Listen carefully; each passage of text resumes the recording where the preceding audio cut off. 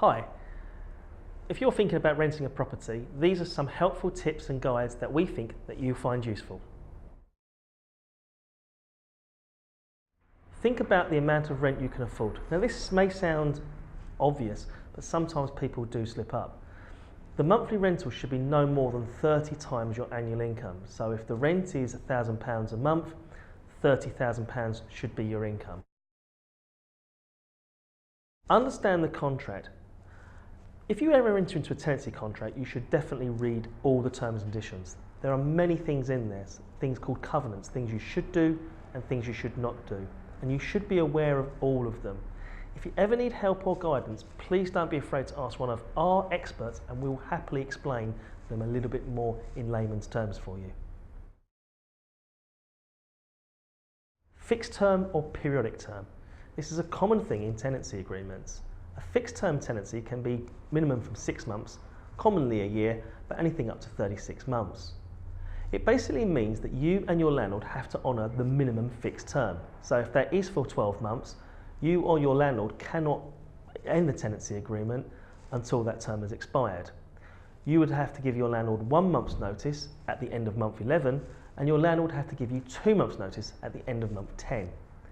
At the end of the fixed term, you can renew for another fixed term, so extend for another year, or you can leave it into what is called periodic status. Periodic status is basically simply a month-to-month agreement.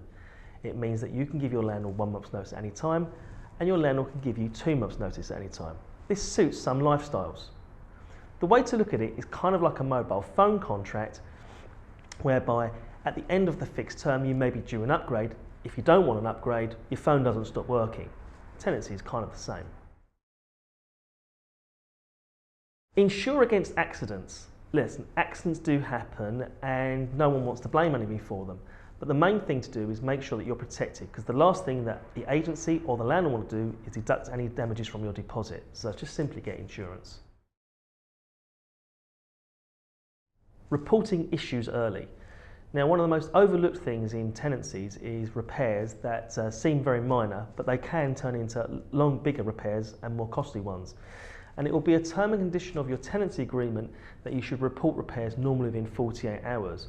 Failure to do so may see you ending up paying the bill. So to avoid that, make sure that anything, no matter how small, you report to your landlord or your managing agent.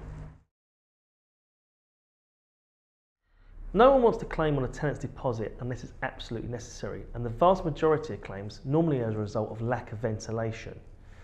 This basically means that the tenant hasn't opened the windows or opened the doors during times of the day and let the property breathe, and this can build up in condensation and mould.